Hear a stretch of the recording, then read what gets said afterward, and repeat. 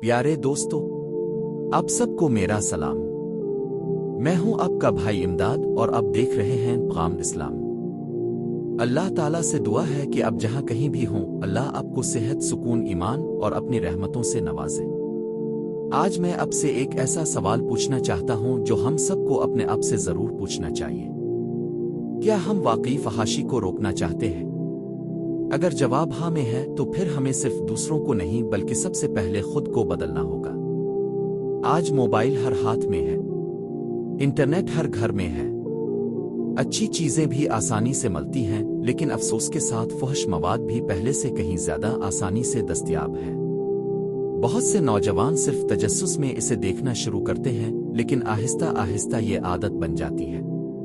پھر وہی عادت انسان کے دل، سوچ، وقت، عبادت اور کردار پر اثر ڈالتی ہے۔ کبھی آپ نے غور کیا ہے کہ جب انسان بار بار بے حیائی دیکھتا ہے تو اس کے دل سے گناہ کی برائی کم ہونے لگتی ہے۔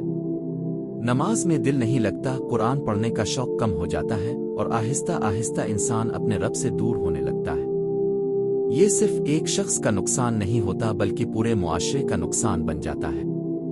جب بے حیائی عام ہوتی ہے تو خاندان متاثر ہوتے ہیں، نوجوان غلط راستوں پر چل پڑتے ہیں، اعتماد ختم ہونے لگتا ہے اور اچھے اخلاق کمزور پڑ جاتے ہیں۔ لیکن سوال یہ ہے کہ اس کا حل کیا ہے؟ حل صرف قانون نہیں بلکہ اپنی اصلاح بھی ہے۔ اگر ہم اپنی نگاہوں کی حفاظت کریں، اپنے موبائل کا صحیح استعمال کریں، اپنے وقت کو علم، عبادت اور اچھے کاموں میں لگائیں تو بہت سی برائیاں خود بخود ختم ہو سکتی ہیں۔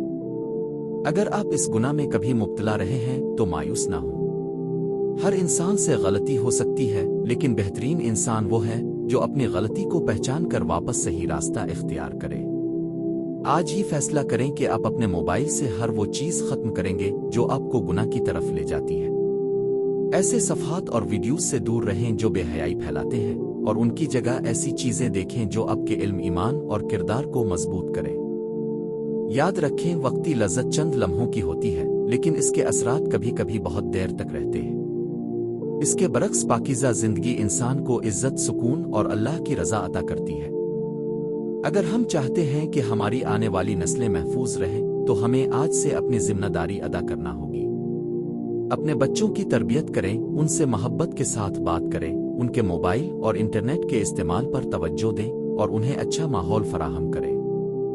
آخر میں آپ سب سے ایک درخواست کرتا ہوں، اگر آپ بھی چاہتے ہیں کہ ہمارا معاشرہ پاکیزہ اور باحیا بنے تو اس پیغام کو دوسروں تک ضرور پہنچائیں۔ ہو سکتا ہے آپ کی ایک شیئر کسی کی زندگی بدل دے۔